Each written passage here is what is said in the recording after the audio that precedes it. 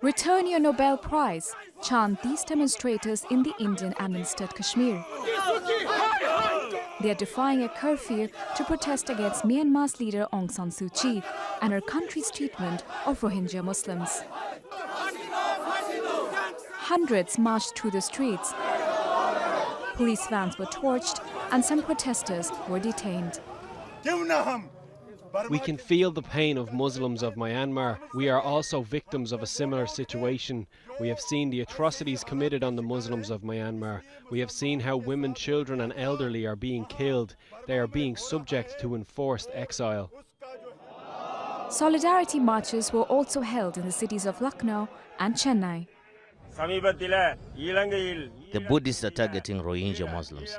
The massacre is underway and both the United States and the United Nations are silent on the matter.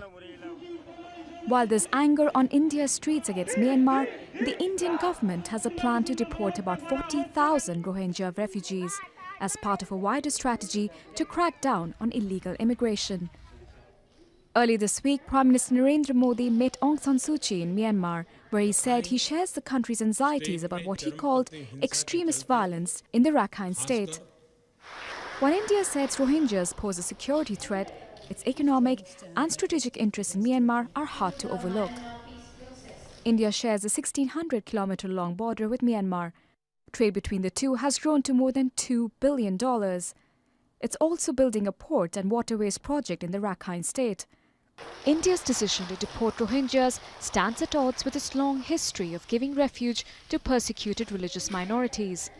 Thousands of Tibetans, including their spiritual leader, the Dalai Lama, have called India their home for decades. On Friday, the exiled Buddhist spiritual leader came out in support of Rohingyas. Those people, you see, who sort of harassing some Muslim, then they should remember Buddha. I think such circumstances, Buddha helping, definitely help to those poor Muslim.